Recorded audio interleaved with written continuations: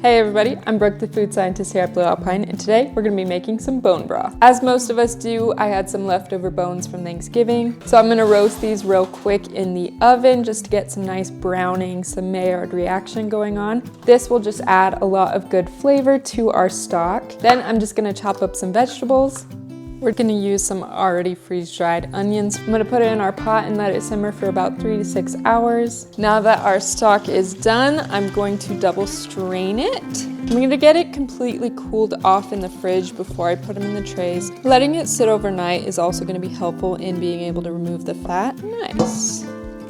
Just gets those extra little chunks. Something that I love about bone broth is it takes something that you would usually just get rid of and turns it into something that is not only really yummy, but also super useful and super nutritious. At this point, I also like to add in the salt and do a few taste tests until it gets to the point where I like it. All right, that is just about perfect. So now we'll let this sit and cool down before we put it in the fridge. Now that these have cooled off in the fridge, we're gonna skim off the fat and then pour them into the trays, while they are in the freeze dryer, just because it's so much easier to do liquids when the trays are already on the shelves. Fat doesn't work super well in a freeze dryer, so you're gonna wanna skim that off the best you can. And if there is still quite a bit of fat left, just keep in mind that this will only store for about 3 years maximum.